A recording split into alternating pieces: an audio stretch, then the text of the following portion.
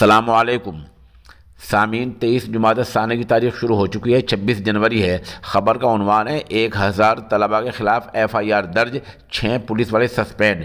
आपको पता ही है कि 24 घंटे पहले यूपी के इलाहाबाद प्रयागराज इलाके में तलबा ने रेलवे ट्रैक पर एहतजाज किया था। बाद में पुलिस वालों ने तलबा के हॉस्टल में जाकर उनकी बुरी तरह पिटाई की थी और इस पिटाई का वीडियो भी वायरल हुआ था। पुलिस ने इसी मामले में 1000 तलबा खिलाफ FIR दर्ज की है और उन पर तोड़फोड़ का इल्ज़ाम लगा है। उधर आला हुकाम ने 6 पुलिस वालों को मुअत्तल कर दिया है, सस्पेंड कर दिया है। पुलिस पिटाई की वीडियो भी वायरल हुई है। समाजवादी पार्टी और कांग्रेस पार्टी ने इस मामले को लेकर योगी सरकार को घेरा है। 24 घंटे पहले तलबा ने नौकरी न मिलने की वजह से कई घंटे तक रेलवे ट्रैक पर जाम लगाया था। पुलिस ने तलबा को हॉस्टल में जाकर उनको बुरी तरह मारा पीटा था। पुलिस ने इस मामले में मुकेश यादव, प्रदीप यादव और सोशल मीडिया पर उकसाने के इल्ज़ाम में राकेश सचाना का नाम सामने आ रहा है। पुलिस ये कहकर अपना बचाव कर रही है कि उसने फसाद फैलाने वाले तलबा के खिलाफ ही कार्रवाई की है, बाकी तो कुछ नहीं कहा है।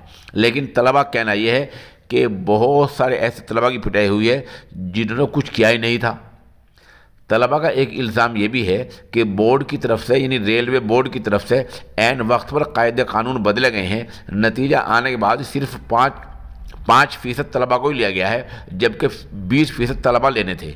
आपको बतला दें, यह एहतजाज बिहार में भी चल रहा है, उत्तर प्रदेश में भी चल रहा है और तलबा ने यह कहा है कि रेलवे भर्ती बोर्ड ने नतीजा आने में घपला किया है, नतीजे में बदनुमानी की है, करप्शन से काम लिया है। इसके खिलाफ ज़बरदस्त एहतजाज चला हुआ है।